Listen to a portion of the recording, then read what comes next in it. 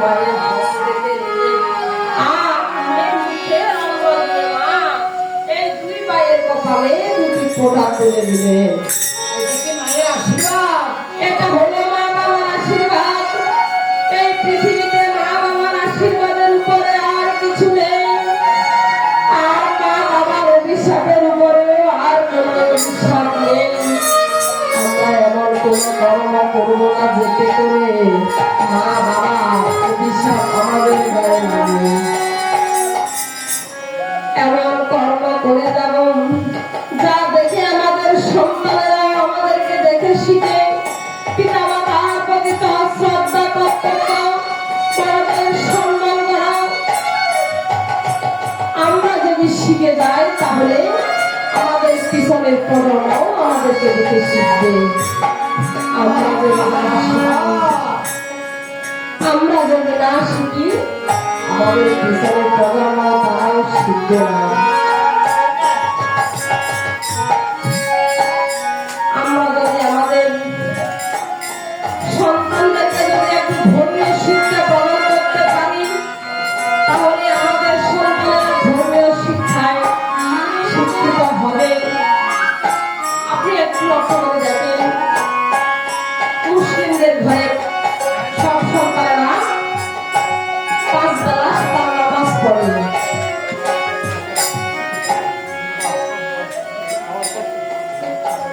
5 বেলা নামাজ পড়ে,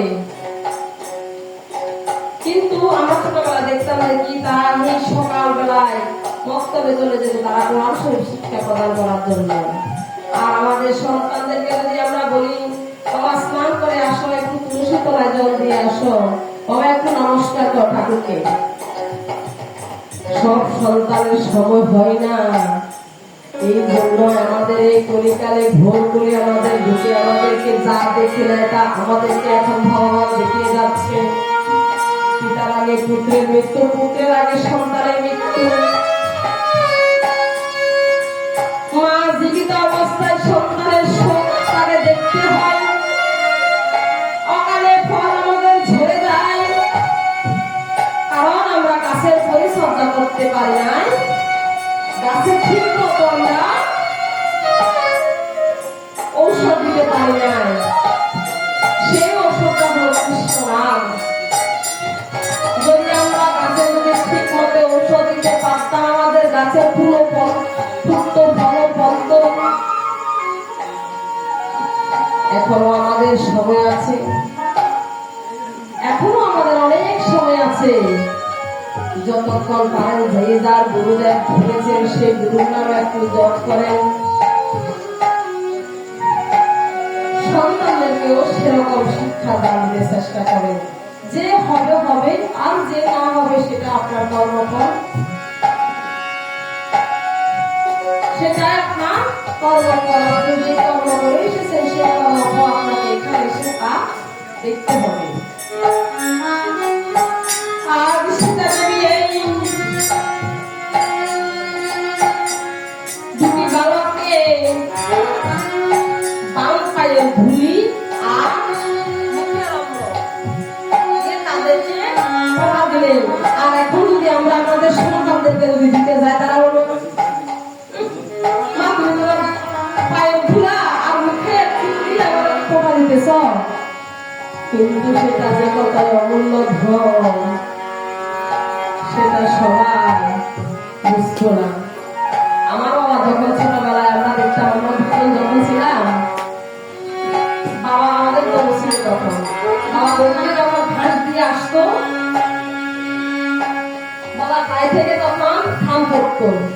একদিন বাবা আমাদেরকে বলেছে কি জানেন, এই ধান তোমাদের আশীর্বাদ। আমরা দুজন কি করতাম, বাবু ধান আমার দেন, বাবু ধান আমার দেন। ওই যে বলছিল যে ধান এটা আশীর্বাদ, আমরা কখনো ভুলে করতাম না। আর এখনকার তো নতুন প্রজন্ম একটা বললে আরেকটা বলে, কারণ সব ডিজিটাল হয়ে গেছে।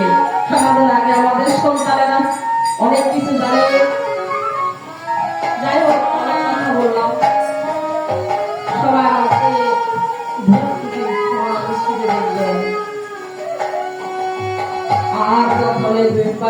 কপালে ফোঁটা দিলেন আর মা দুই ভাইয়ের গলা দুটি মালা পরিয়ে দিলেন আর বললেন বাবা তোমরা সেখানে কি করবে জানাও আমার এই অভাগিনীকে যদি তোমাদের মনে পড়ে তোমরা আমার এই মালার সাথে কথা বলিও ওরে আমার নাম কি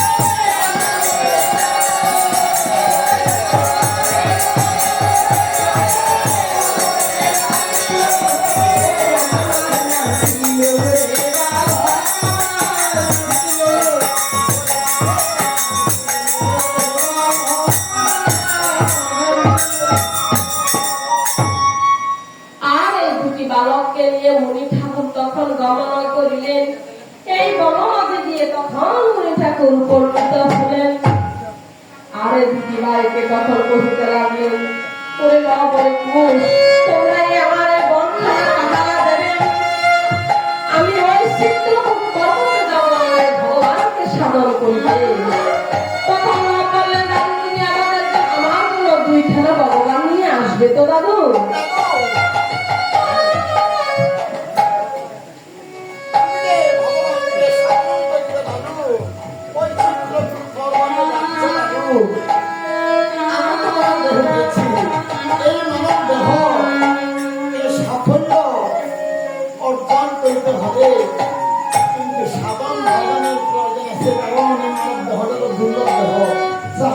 অনেক কষ্ট হয় তাকে দুর্লভ বলা হয় দাদু এই যে ভগবানকে সাধন করলে আসার সময় দাদু এই যে দুর্বল কথা বলেছে তার দুইখানার জন্য আমার জন্য আমি ভগবান নিয়ে আসবে দাদু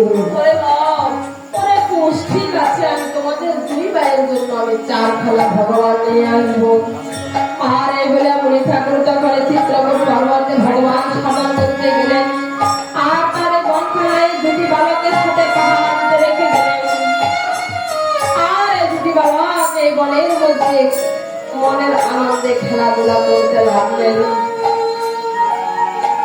যখন তারা এই দুই ভাই বনের মধ্যে খেলাধুলা করতে লাগলেন হঠাৎ করে তাদের নয়নে অস্ত্র দেখা গেল কুম্ভীর দিকে কহিতে লাগলেন দাদা রে ও দাদা দেখ কি সুন্দর একটি অসম ও দাদা দেখো দেখো সুন্দর অসম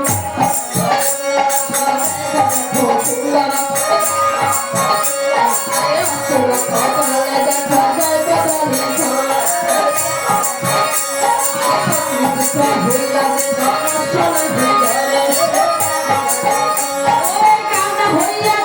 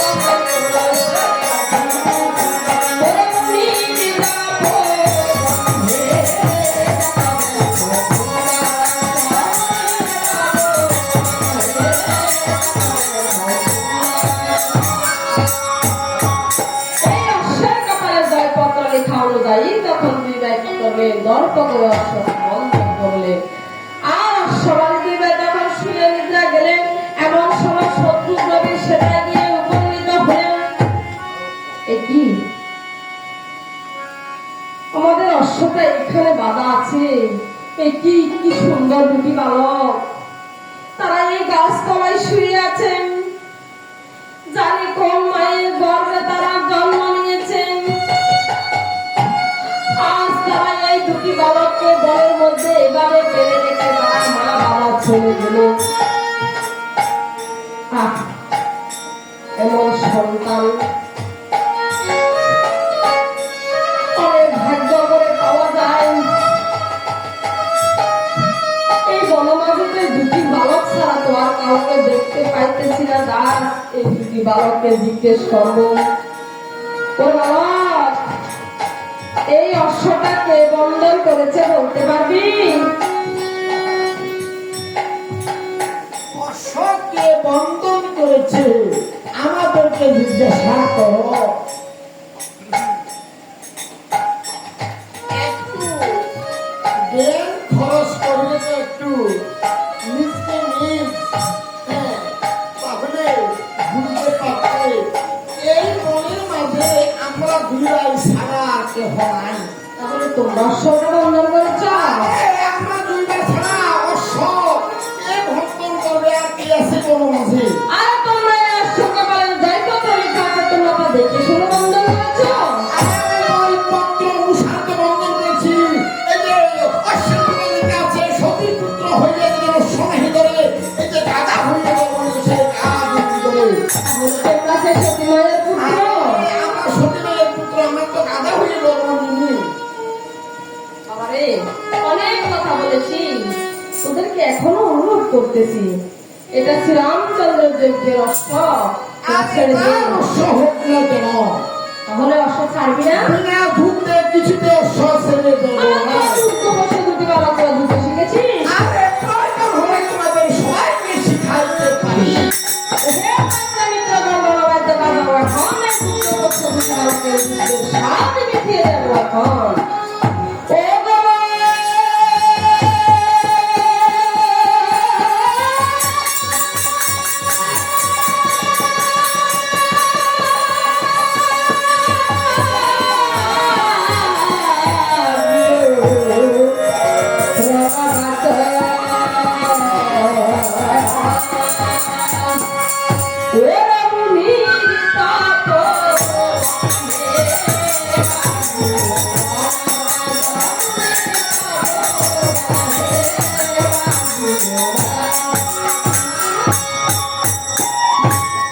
আজ এই যে শত্রুদ্রাবিড় পৃথিবীর তার তিনটা দিক ভ্রমণ করে এসে আজ শত্রুদ্রাবিড়ের দক্ষিণ দেশে এসে এই দুর্দপস্য দুটি বালকের হাতে নিধন হইয়া